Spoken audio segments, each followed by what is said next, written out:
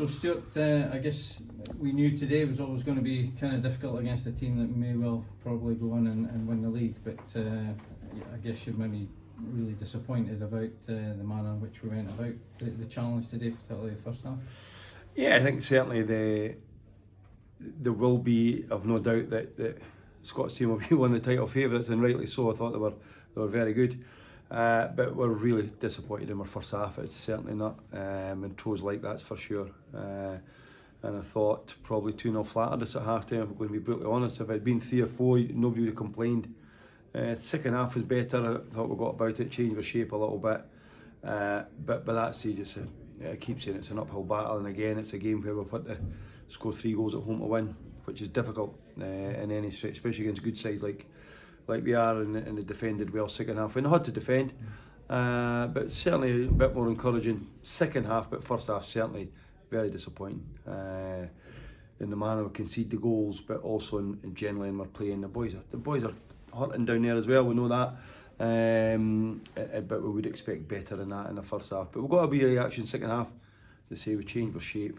Ultimately we start the game with Kerr's in the team, and then he just pulls out during the warm-up, just swelling to the knee, so that's a blow to us anyway when he comes out of the team, we know that.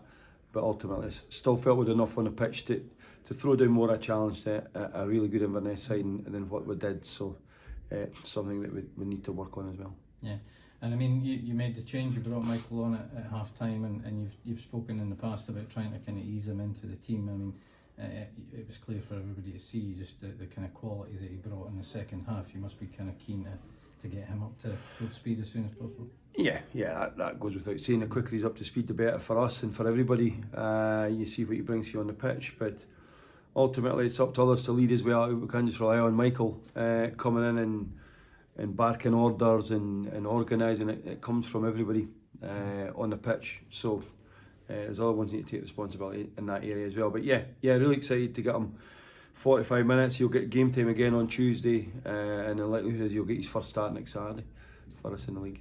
So talking about new personnel, during the week there you brought young Evan in permanently, somebody that we had here for a very short spell on loan a couple of years ago. Yeah, it's an area of the pitch that we're short in. There's no doubt about that. Left side's defensively, we've got Andy and young Kier, but if we're looking to play 3-5-2, then there's only 2 of them there, and obviously with Kier getting wrongfully sent off last week, then that kind of goes out the window that you can't play that. So we need to have another one in there.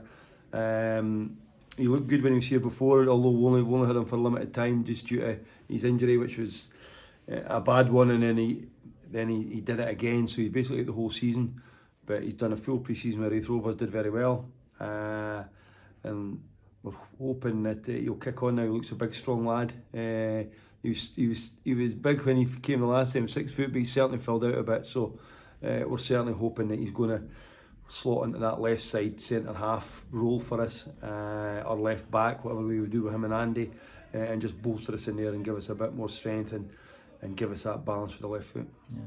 And in a bit of a kind of revolving door moment, we bring one in this week, and then we have the news of one departing, with the surprising news coming from Craig. Yeah, spoke with him on Tuesday around it.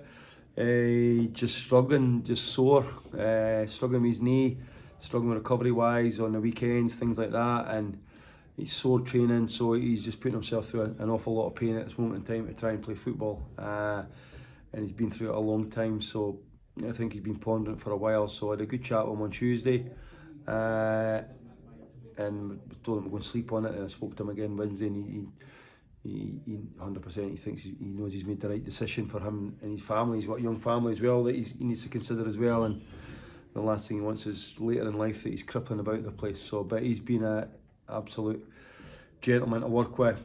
As I said earlier on, if you got 6 Craig Whitings every season, you'd be doing fine. His attitude and his commitment to the club, anything you ask of him, he does for you.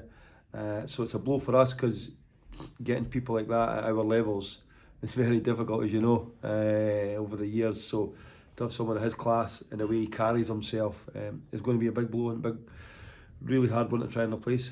There's no doubt about that. And again, just the class of the guy, that he tells us now rather than it waits till the window closes or anything like that. He's saying, look, that gives you 6 weeks to go and get a replacement in for him. So fair play to him for that. But no, I've only got great words to speak about Craig White and what he's done. His short spell at the club, it's been a pleasure to work with him. As I say, if we can get another 3 or 4 of them and we'll be totally fine. But no, we just wish Craig and his family all the best now. And to say if his body heals and he feels that he wants to give it another go, then he'd be more than welcome in at any pre-season he wants. He's only 28, which is a blow for anybody, but he's had a hell of a good career and a lot of highlights in that as well. So he'll be fine, and it's now a new chapter for him as he moves on. So wish him all the best.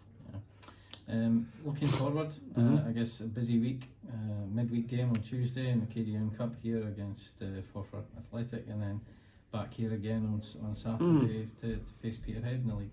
Off the back of a performance and a result like we got today, does that change your views in any way as to how you approach both these games? It certainly doesn't. Tuesday night will be an opportunity for players to get a jersey for Saturday. Simple as that. And it was the last time when we played Dundee, and you've seen the reaction we got in the first half when we played Dundee here in the Cup, and Tuesday's no different. We're trying to find a formula and a shape and a team that's going to win us games, Brian. And at this moment in time, we're coming up short. Whether you can say it's unlucky, you're losing last minute goals, or but likes of that today, that first half's not good enough, and we know that. Everybody knows that. Everybody who was at the game will be able to testify to that. So it's an opportunity for whoever starts on Tuesday night to go and put themselves in the window for Saturday. I keep saying it's not just Stuart Petrie that puts people in the team, it's players put people in the team, and we need to get them to get in this team and stay in the team and make it hard for myself and the coaching staff not to play them the following week. So I felt we were really close last week. I thought the second half was outstanding, all things considered, with the 10 men on a big pitch, and we passed the ball really well, and we got ourselves in front, and we tried to hold on. Just lost the last gasp goal, but and you're hoping for the reaction to the guys to take confidence from that, because ultimately the quicker you get your first win, the better. We all know that, and we'll be striving to do that the next Saturday. But first and foremost, very important cup game Tuesday. With a lot of emphasis on this cup this year, and we want to make sure that we're certainly in the draw for that last 32. That's for sure. Perfect. Thanks. Cheers, Brian.